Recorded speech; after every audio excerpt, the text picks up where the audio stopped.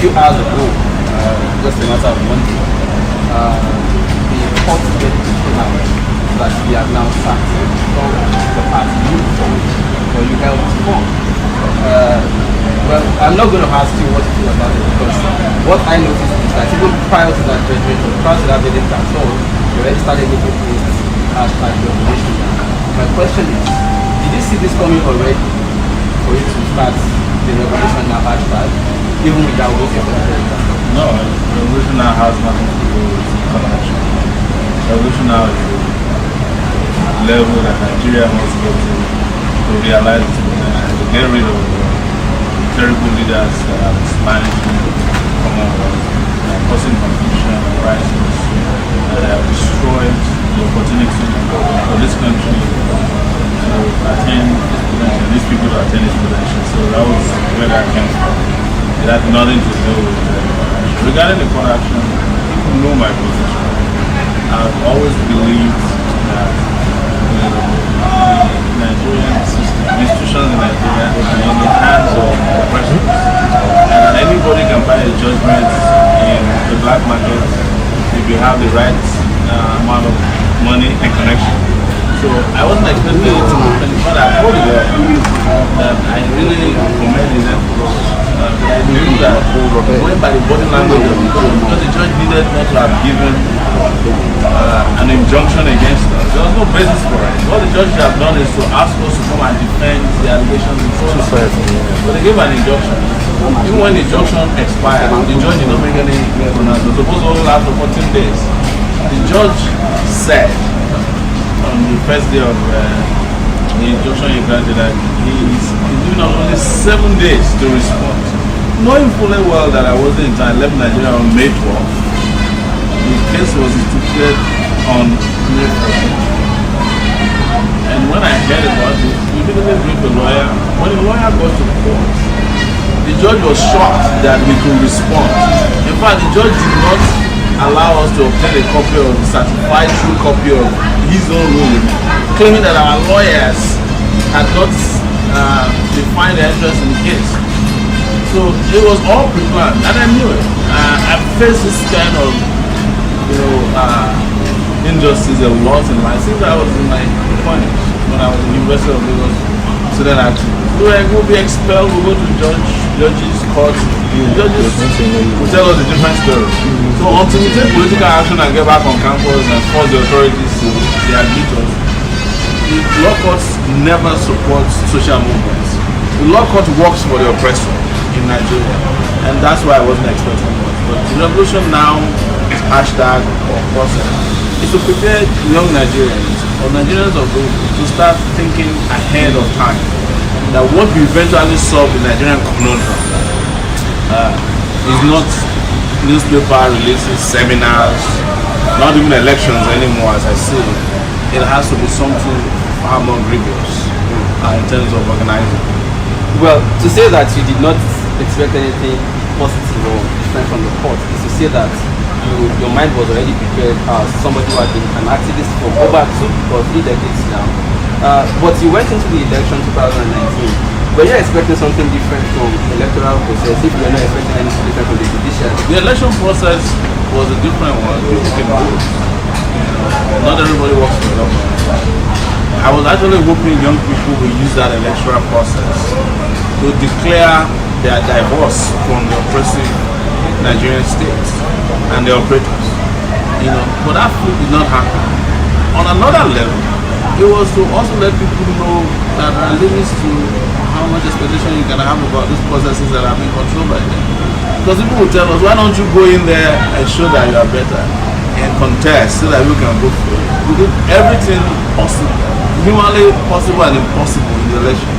Travel around this country with no security, preached, gathered people, conscientized them, educated them. We didn't give money to people that were following us. People were contributing money to our campaign. Everything in it, we ticked all the boxes, and nobody could doubt that. But guess what? While the election was going on, they were arrested. People were pasting posters for us in Lagos, and they are still in court. When the election was going on, they denied me the opportunity to participate in the debate, even though I came third in their own internal poll and came second in certain jurisdictions. So it was obvious that they weren't going to accept even our own limited, liberal involvement in the electoral process. So, but this is the benefit of experience and benefit of the past, and just know instinctively that the Nigerian government, the Nigerian state has not changed its ways, except something drastic is done. Well, few days ago, before you came back into the country, I saw a video of you and the IPOB. But some comments on the internet were having that it was because you lost the election that now realize you needed to put forces together. What do you say to people who have? Oh, that's not correct. Even during the election, I wanted to go see him. Some people promised he was in Israel. If I had been able to reach him at that time, I would have gone. Even during the election, we wanted to break into neutral. We wanted to show to Nigeria that when we come into government, it will be an all-inclusive government, and that we're not part of the people who go forth to the war, and there's no reason for us to carry on as if we're fighting the war. We had disagreements with some of the methods or methodologies adopted by Hanoi and that we discussed that in the meeting in New York. So it was just to show to people that I would have been an uninclusive president and I would have resolved so many of the problems within days. But I would have brought some of these characters and fighters and agitants, militants together as president of Nigeria. Have them have a conversation, have truthful, honest conversation, and on the way forward for the country. Because what I found out in the course of my conversation with him is that he said it openly. He said even West Africa was what he was thinking of, not even Biafra. And I told him, I said, look, if you get your Biafra, and the rest of Nigeria and Africa is from Chuma, there's poverty. You have to work very hard to defend that prosperous Biafra against all the hungry people surrounding you, from back of Europe. So he agreed with me. I'm an African. Even the continent of Africa is not big enough. All right, so we don't have to start exploring what went on privately in your conversation with when it's time to discuss it, there's not the time for it yet. We're having continuous interactions. Well, the Kanu's group had been, had been declared a terrorist and had been banned for being declared terrorist. Now that you're identifying the Kanu and some things together, would you also be, arguing for taking up of some harm, no matter how minimal it is, to confront or to challenge things? That's number one. And number two, part of that question is, if they cannot get Kanu because it's maybe now in exile, he likes to do their best as somebody in exile right now, are you not thinking about being taken as substitute now that I've identified Kanu? Anytime they're ready, I'm available. I am not afraid of anyone.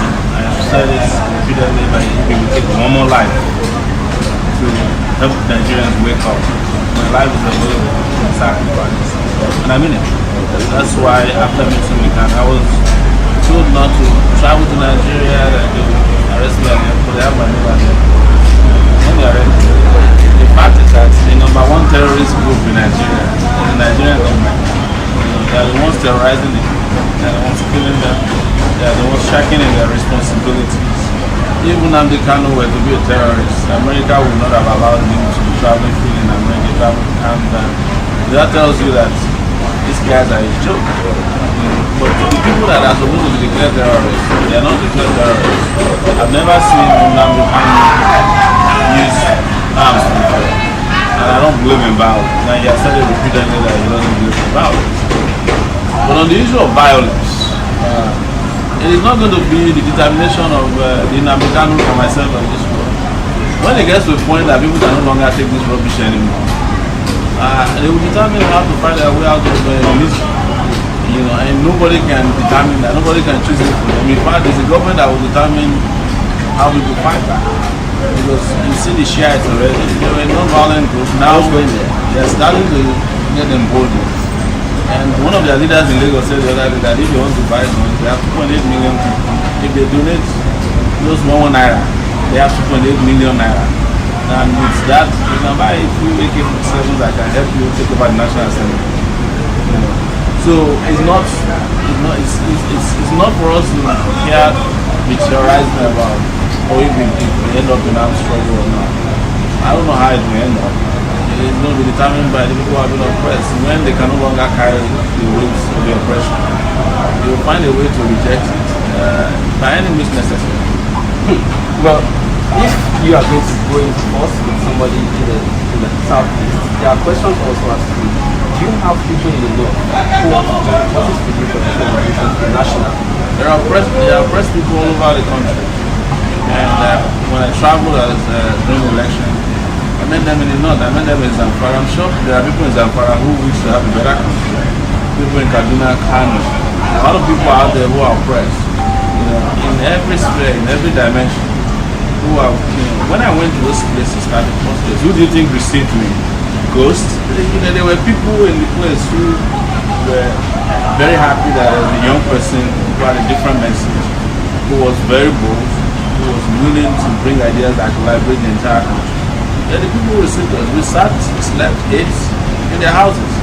We walked around town. We went to, famously went to Buhari's hometown in the middle of the night. Who do you think received us in the night? Who were those guys who were running after us saying that Baba must go? They were from Dara, his hometown. So there are people all over the country and they have been reaching out. In fact, I was surprised at how many people really loved meeting with and not many of them are from the southeast. There were people from other parts of the country saying, wow, this is overdue for there to be a joining of hands and minds to discuss the future of this country. We can't continue like this anymore, you know.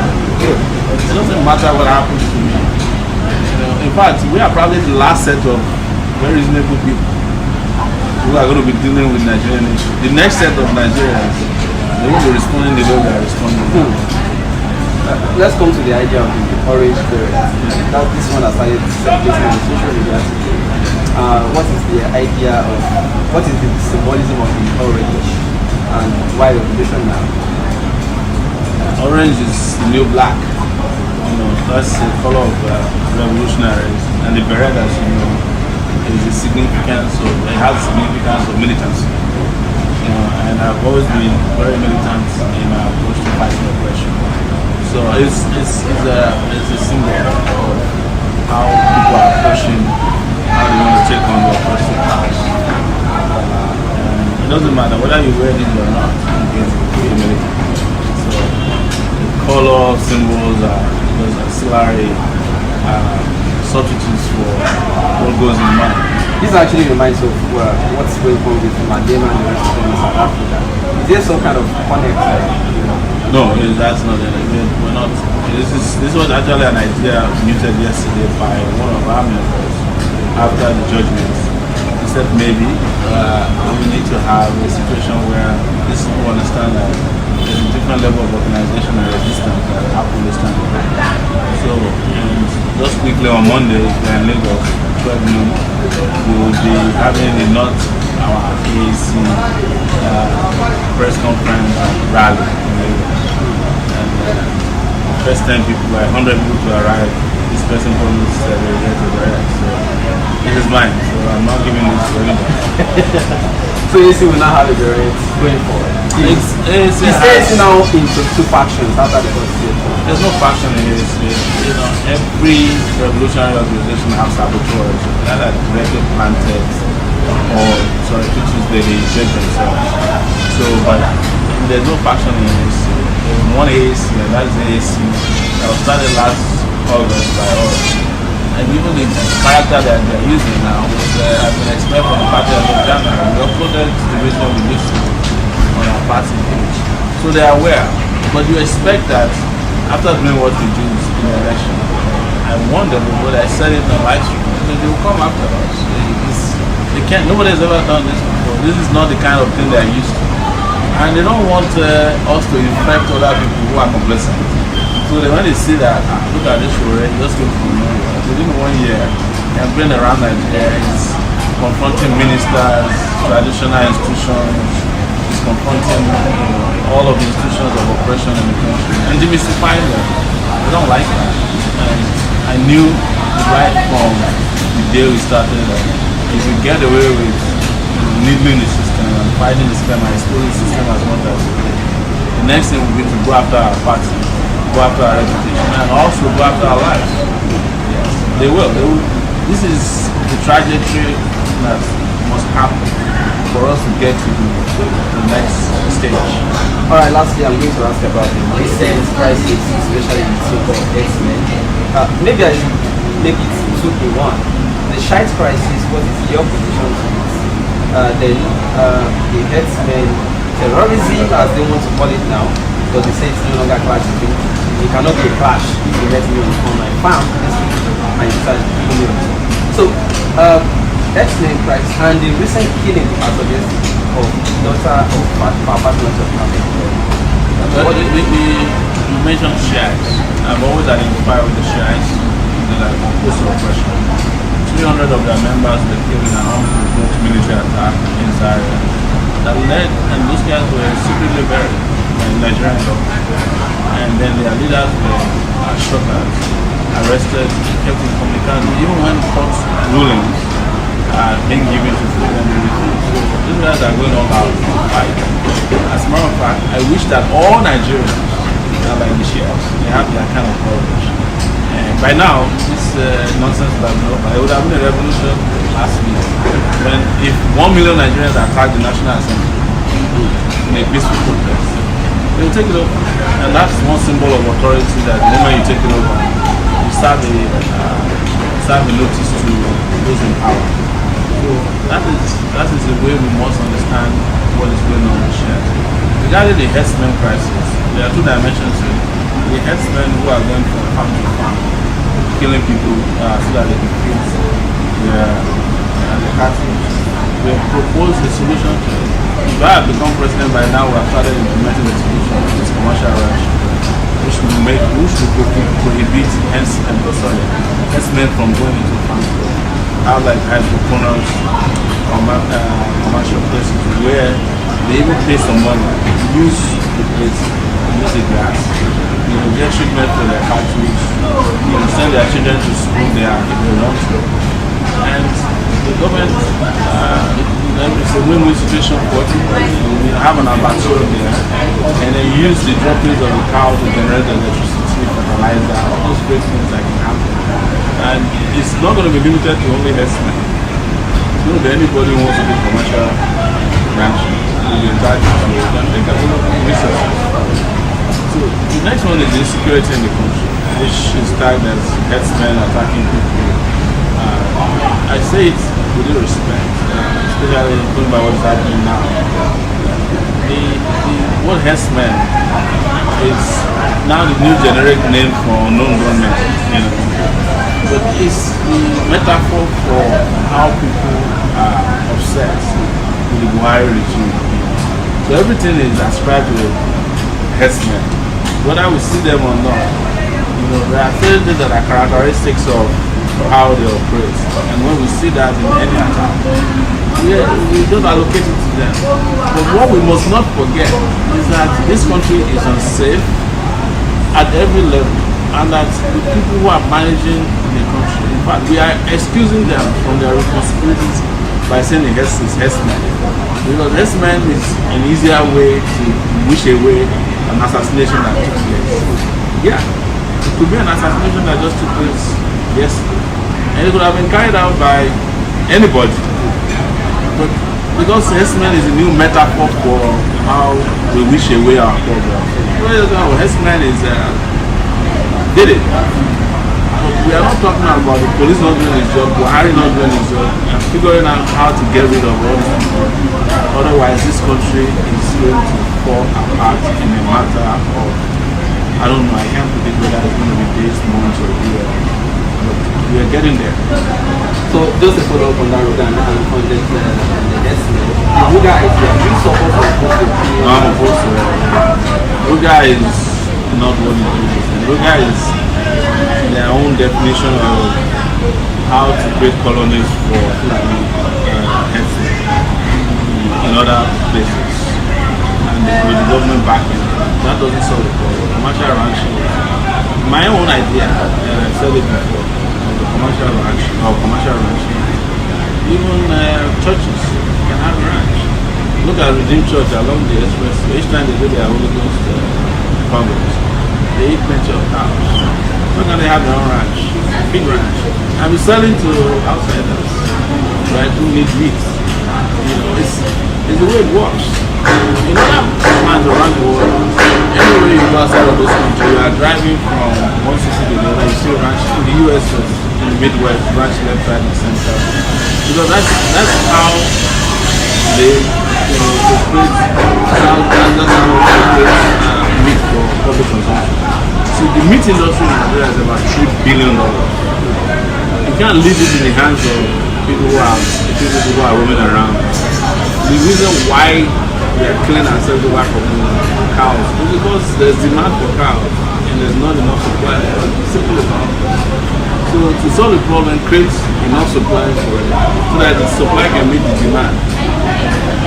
They haven't told most of you that some of the S-men you're hearing about, they're not even from the north. Some of them are in the West Coast. They've never been to the north.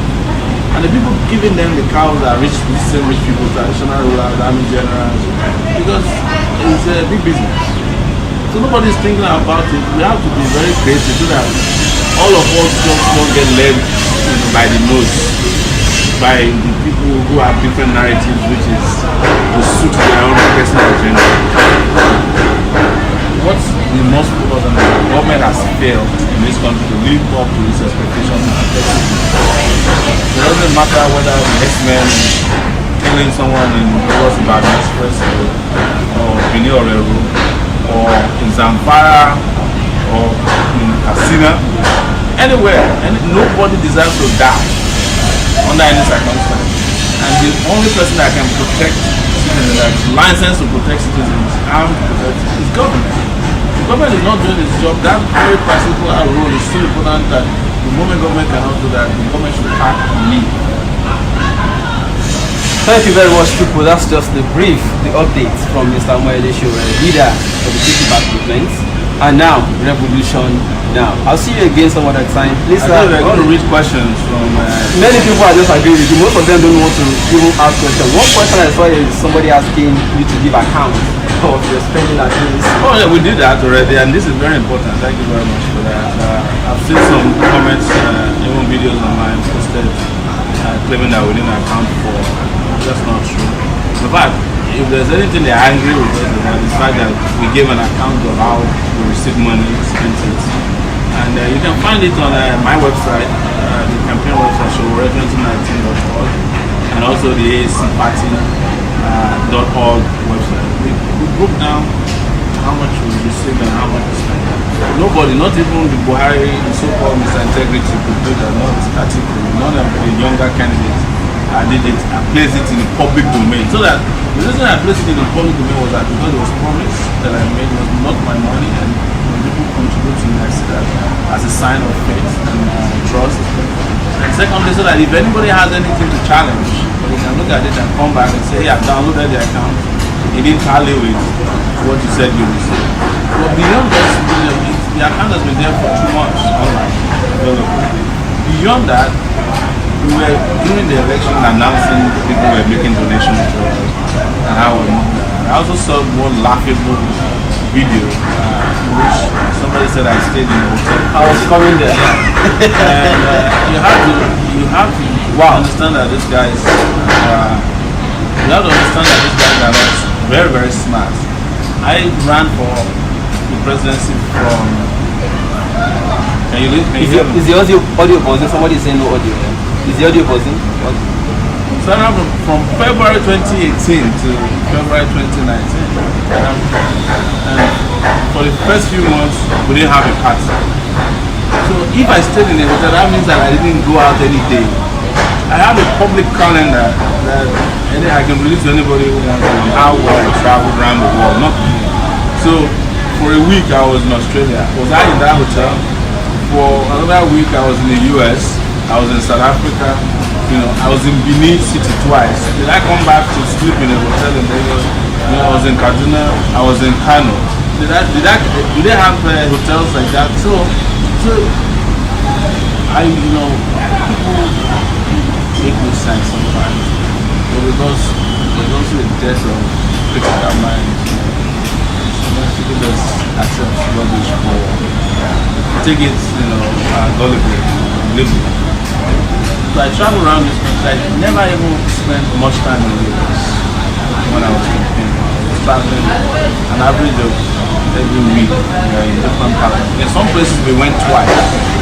Let's assume that there are 52 weeks. 52 weeks in a year. If we went to 34 states, some of them twice. That means we spend 1 week in each state. That's already 34 weeks spent traveling. If you add that to the trip to the US several times, South Africa, Ghana, twice, UK, twice. We went to Scotland, traveled, spent days. We went to Australia, spent a week there. You understand? We went to Spain, we went to Germany. So we spent a week in almost all of these jurisdictions across the world, outside the country. So if you have about 17 of those trips, there's also like almost 17 weeks. So what time do I have to stay in a hotel in Lagos? Another allegation is that the hotel costs about 200,000 per night. But when Google just help people. In the first place, I was staying all around the place. But Google is your friend. The hotel, you can Google their price. Assuming that you believe the rubbish, you can at least Google the price of the hotel and find out that you have just been misled. So, but the reason why this kind of allegations might stick with Nigerians is that we have been so debased that people don't understand that there's utility in finding and getting work done. For example, when I travel, I'm not looking for luxury. I'm looking for internet. That's the most important thing to me. If I'm getting on an aircraft now, the most important thing is to ask if the aircraft has internet. Because that's what I breathe. It's a new life we live. Nobody's living a life of sitting down in a house. If I wanted to be living a luxurious life, I could have rented a big ass house in Lagos, and be paying the rent whether I live there or not. And most importantly also, we're traveling with about an average of 30 persons. So if the 30 people stayed in one room for 270,000 naira, how much do you think that would be per night? We consume all the money we have on hotels. So this is just doesn't make sense. I didn't react to them because I know that these are just side talks that are meant to describe and to feed some gullible person. Don't forget, there was a time in this country, in the 2015 election, they concocted a story that I have a 5 million naira mansion in California bought by Bola Tinubu dollars. I wasn't looking for the house today. Can't find it. When I was fighting Saraki, they went and created a fake bank account of Bank of America, put my name, but instead of putting Omoyele, they put Owoyele. The person didn't know my name. And it looks original. Some people start asking me, so you have $1 million and you didn't tell us? People start asking me, sending requests for money.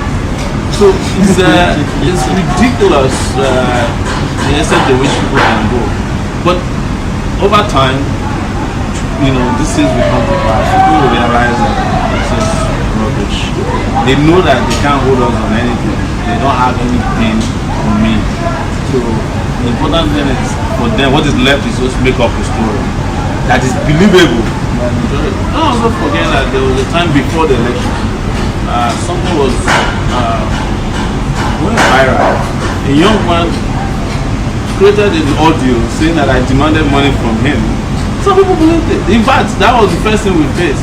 Into the election, a lady made up a story that I collected tapes of children that were being raped from her and sold it to some people in Lagos. When I came out with my explanation, everybody was surprised. So turns out I never met her, but she never gave me any tips. She now later recanted that she never gave me any tips, but somebody from our office came to take her and they didn't give her the tips. So I'm used to the fact my entire life, starting from 30 years ago, authorities, systems have always, institutions have always lied against me. When I was at the University of Lagos, the university confronted the story. The biggest lie at that time that I was a member of the court of law. Some people believed it. Whereas I was the one who was fighting court groups on campus. You know, by the time I was trying to graduate, they made up another story. Since my NYC, after I went to NYC, made up a story, detained me after NYC in the military guard room. So maybe it's time I write a book so that people can understand that this is just the trajectory of my life. You know. But who haven't they lied against me for? Everybody. If you're a revolutionary minded person, I'm not saying that people lie against you. Martin Luther King, when he was at the peak of his resistance again, before they killed him, they put a lie, they wrote to him, presented a dossier to him of things they said he was doing. And they asked him, is it not better you commit suicide? So it's always like that. This is a repetition of history. But over time, and one day, we will all look back and laugh at it. And I hope people can laugh about it. And I didn't want to address some of these issues, but I do so for the sake of younger persons who might be gullible, who might believe some of this rubbish. You just understand that there's no basis in those lies and there's no point being mindset. The ultimate is the day of judgment is there for the presence of this country, and nobody can stop it. You contested against 2023 against Tinubu. You know, I said something. Let's put the 2023